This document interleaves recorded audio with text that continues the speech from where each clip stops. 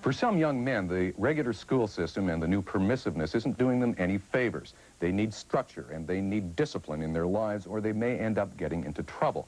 Well, one answer may be the Robert Land Academy, a private school that combines high academic standards with military discipline.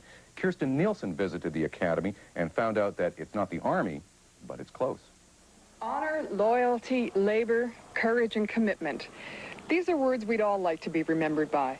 But for 110 boys at the Robert Land Academy, they're more than just that. These words form the basis of their education. The Robert Land Academy is Canada's only private military boarding school, and the values expressed on this crest are considered every bit as important to their education as the 3 R's. Major Scott Bowman is a direct descendant of Robert Land. He started this school 8 years ago to help boys like himself make the most of their potential. Many of the boys who come here have had discipline problems in regular schools, and the Robert Land Academy is a chance for them to channel their energy and prove what they can do. What kind of bad habits do they bring with them from their earlier problems? That's a very good question. Everything from table manners through to posture, through to tone of voice, the slouch, the young street slouch, as we say. Primarily, though, I'd have to say a lack of confidence. Tremendous lack of confidence. A lack of self-esteem, a lack of an awareness of what they can do, an acceptance of accepting second best.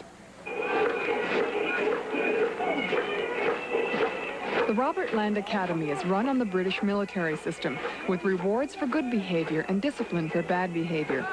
Discipline more than anything else sets this school apart. Anything from talking with his mouth full to sloppy parade drill will earn a boy the appropriate punishment. Camera or no plastic cameras, you're going to work. And you're going to work your tail off. And yet, it's often a lack of those very same discipline standards that brings a boy to Robert Land in the first place. What do you think they like least about being here? I think if you ask them, I suspect they'd say the discipline. And if you ask them specifically, what do you like about not like about the discipline, they'll say they don't like doing the punishments. That's good. They shouldn't like doing it. What do you think is, alternately, I want to be fair about this, what do you think is the best thing that they get out of this, or that what they perceive as the best? The discipline. I thought you might say that. Yeah. I would suggest to you that they would say the discipline. I think we all have to earn our respect, particularly me. I'm the headmaster. I wear the same uniform. I follow the same rules. You have to do it. In that context, the discipline, I think, is the best thing that they get out of it. Sergeant William Bates is a 3-year veteran of the Academy. When he arrived, he was a rebellious, irresponsible boy who went AWOL because he couldn't take it here. Today, he's an honor student and somewhat of a role model for the younger boys. But it wasn't always like that. Bill, how would you say you've changed since you've been here? From my first day here, when I first came, I did not want to be here, as a lot of the boys do. But from that point, I've gone from wanting to come back to not again wanting to come back. And now I love it here. Well, how would you describe yourself before you came here? I was rebellious. I had no self-conscience whatsoever. If I did something wrong, it didn't click in. March! Left, right, left, right. Part of the credit for the change in Bill goes to Sergeant Major Eric Anderson, a 30-year veteran of the armed forces. Just like drill sergeants in the movies, he's tough as nails when he has to be, but he's also there to help the boys when they have problems. He sees his relationship with them in a very special way. I hate to say it, but the gray hair gives me away anyways. I would say more of a father image. The job overall is a disciplinarian. Most parade square, or if they have problems, that sort of thing, then I deal with them. And although we are harsh, or we may seem harsh at times with them in dealing out disciplines and that sort of thing, in the long run they find out that it is for their own good, and that by talking to us, a lot of their problems are solved. So I guess in their minds they probably perceive me as a father. Some of them I would not like to repeat how they may see me as. The rigorous standards and strict discipline expected of these students isn't for everybody, but for the young men who spend their adolescence here, it's a way of preparing for the future. The school wants the boys to be able to fend for themselves, to cook, clean, iron, and do laundry. It's tough on a lot of them. The results of house inspection, which you see here, can either earn privileges or punishment. But for a lot of these boys, it's the only way that works. Yes, sir. David and Stephen are here because they weren't getting much out of the regular school system.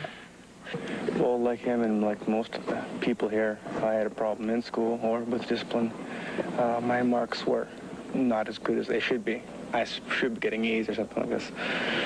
But I wasn't doing my work and I wasn't going to class, so I came here. I wanted to come here to get my marks up. Fitness, grades, and self-confidence are what these boys are learning here at the Academy. And if pressing a uniform and spit and polishing your boots after homework seems odd to some of today's youth, Major Bowman has an answer for them. We had a great debate about uniforms at one stage of the game, and someone accused me of saying that the boys were becoming robots because we had them in uniform. Well, I argue that, I go into an arena or a plaza and I see a uniform. It's denim and cigarettes and profanity written on T-shirts and long hair and slouching and rude behavior. That's a uniform. We choose a different one. Dressing in words! The difference between a military uniform and a civilian one is vast. Sergeant Bates says his friends at home sometimes seem a world away. Do you ever look at your friends, Bill, back home and just wish they'd shape up? Yes, I do, as a matter of fact. A lot of the time. Some of them, yes, and some of them, no, but the majority, yes. Do you ever talk to them about it? Oh, yes. And what do they say? Yes. Not much. They listen, and they understand, but just as myself, a couple years ago, doesn't matter. There are 110 students at the Academy from grades 6 to 12, and there's often a waiting list for new boys. All classes are compulsory, as are examinations. But just as Robert Land isn't right for every boy isn't right for Robert Land. When you're interviewing potential students for the school with their parents, what is it that makes you say this is a student who might benefit from being here? It's a very good question. Do you know what it comes down to? With all of the science, with all the clinical work, with all of the standardized and objective assessments that we can do in the interview as well as the admission exams, it comes down to whether he's got the glint in his eye. I'm serious. That's what it comes down to. If he does, if I can get change in the interview, and 9.9 times out of 10 that happens, if he responds, if I can see him animate. And I say to many parents in the process of the interview, I say, have you noted the change of his behavior right in the room?